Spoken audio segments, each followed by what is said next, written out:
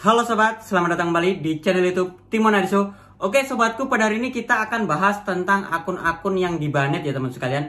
Jadi beberapa hari terakhir ini saya lihat berseliweran ya konten-konten tentang channel YouTube yang dibanet akibat dari beberapa penyebab ya kontennya. Nah di sini teman sekalian saya coba sharingkan buat teman-teman untuk hati-hati ya di beberapa konten ini, karena ini di tahun 2023 ini sangat riskan sekali. Yang pertama kita bahas dulu yang pertama teman sekalian. Yang pertama adalah konten berulang. Nah, konten berulang ini dalam artian bukan kita re-upload video orang lain ya teman sekalian, tapi konten kita sendiri. Jadi konten kita sendiri itu dalam artian gini, kita bikin satu konten, nah setelah itu kita upload kan, setelah sudah kita upload, kita lupa nih konten tadi ini kita hapus, nah kita hapus. Nah, kita upload lagi lah di channel YouTube lain. Jadi dari satu video kita upload ke dua channel. Nah ini bahaya teman sekalian, ini kedeteksi duplikat konten. Memang sih pada saat kita ngupload video yang kedua, biasanya di channel YouTube yang pertama itu ada notifikasi bahwasanya ada channel yang mereupload channel YouTube video kita. Tapi kita kan nggak melakukan strike ya, karena ini kan video, ini video saya sendiri kok, ngapain di strike. Tapi dari pihak YouTube itu kedeteksi teman sekalian. Nah teman-teman harus hati-hati. Jadi satu konten jangan diupload di dua channel, itu sangat bahaya. Di tahun 2023 ini teman sekalian sangat riskan teman sekalian. Salah sedikit aja channel YouTube kita bisa di-banned. Itu yang pertama teman sekalian ya, harus hati-hati. Yang kedua adalah channel YouTube yang melakukan potongan-potongan film. Nah, di sini teman sekalian banyak sekali ya channel YouTube itu yang membuat potongan-potongan film dan mereka melakukan reaction dengan cara menggunakan suara ya.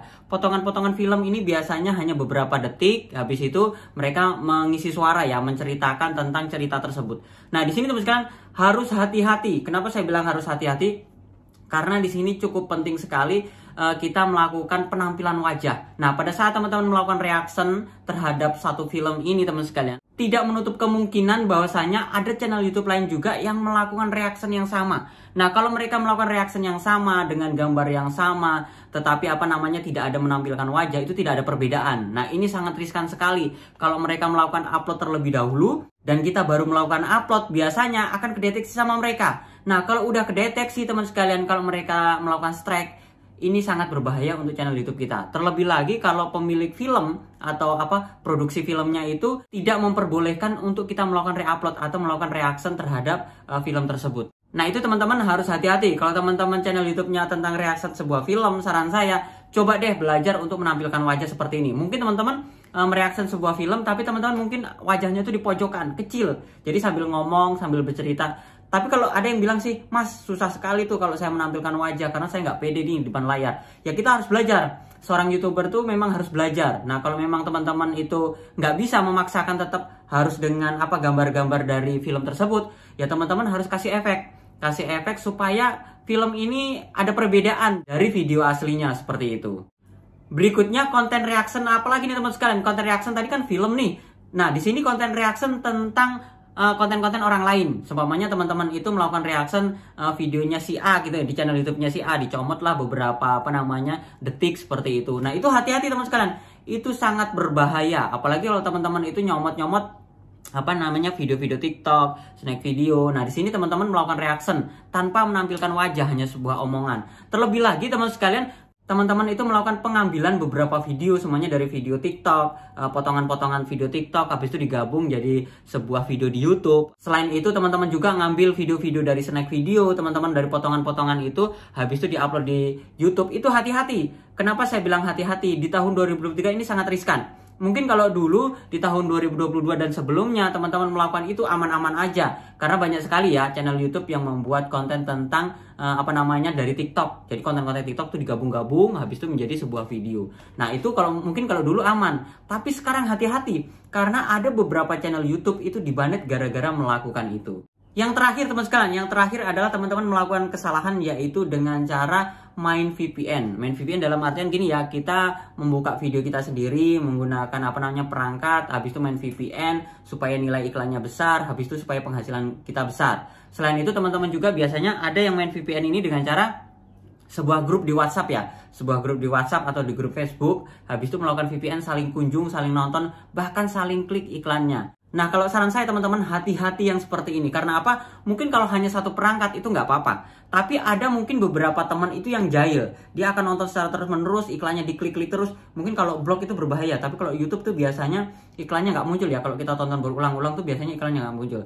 Tapi ini tetap berbahaya teman-teman kalau dilakukan dengan IP yang sama. Nah, bahkan kalau teman-teman itu sumber view-nya di channel YouTube-nya itu dari search engine YouTube-nya itu kecil. Kalau dari search engine YouTube-nya kecil, habis itu yang besar dari akun perangkat satu itu sangat berbahaya teman-teman. Channel YouTube kita bisa terdeteksi, bahkan bisa di-banned. Saran saya teman-teman, jangan lakukan itu, jangan main VPN. Bahkan kalau teman-teman itu mau menghasilkan uang lebih besar dengan cara main VPN, dengan cara klik iklan sendiri, kalau menurut saya pribadi itu dosa teman-teman. Karena apa? Kita ngakali, karena si pengiklan ini mengeluarkan uang, supaya produk jualannya itu laku teman-teman. Nah, sedangkan kita nih ngakali dengan cara kita nonton sendiri, kita klik iklannya sendiri, itu kan nggak berpengaruh ya terhadap pemilik iklan tersebut. Ya mungkin ada yang ngomong, Mas, seumpamanya kita secara alami aja kadang-kadang orang yang nonton itu nggak ngeklik iklannya. Jadi posisinya keuntungan dari si penjual itu di mana? Nah, di sini kita nggak ngomongin tentang itunya teman-teman, tapi kita ngomongin tentang ngakali tadi, ngakali dan merugikan si pengiklan tadi. Jadi teman-teman pikirkan aja, kalau teman-teman itu mengiklankan sebuah channel YouTube atau mengiklankan sebuah produk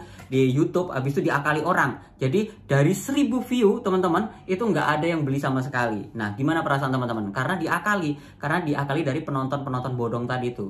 Oke, teman-teman sekalian, udah jelas ya. Dari keempatnya tadi, teman-teman harus hati-hati. Karena di tahun 2023 ini sangat riskan sekali. Kalau teman-teman melakukan kesalahan sedikit aja, channel YouTube kita bisa di-banned. Nah, kalau saran saya teman-teman, mulai sekarang buatlah konten yang menampilkan wajah. Saya seperti ini ya teman-teman, sebenarnya saya nggak bisa ngomong. Sebenarnya saya tuh ngomong belepotan pada saat di depan layar. Tapi saya belajar terus dan mencoba terus dan akhirnya bisa seperti itu. Nah, teman-teman harus mencoba. Mungkin pada saat tag pertama itu belepotan, mau bingung mau ngomong apa. Teman-teman bisa dengan teknik begini ya, kita membuat sebuah tulisan list ya. Buat tulisan di depannya, seperti saya ngomong seperti ini. Di depan saya ini ada list nih.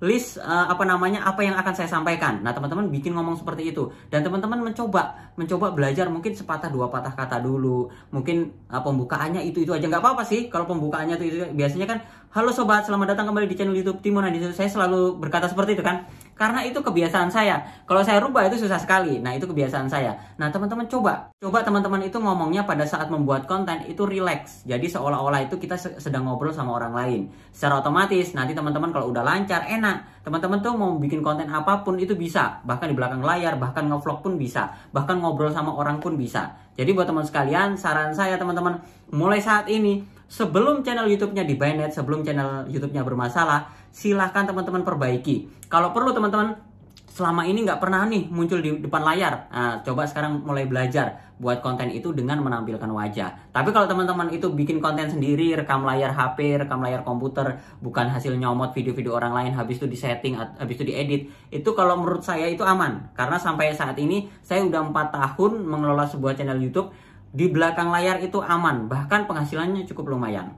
Oke, teman-teman, itu saja sharing saya hari ini. Semoga bermanfaat. Jangan lupa like, comment, subscribe, dan sampai jumpa di video saya berikutnya. Sekian dan terima kasih.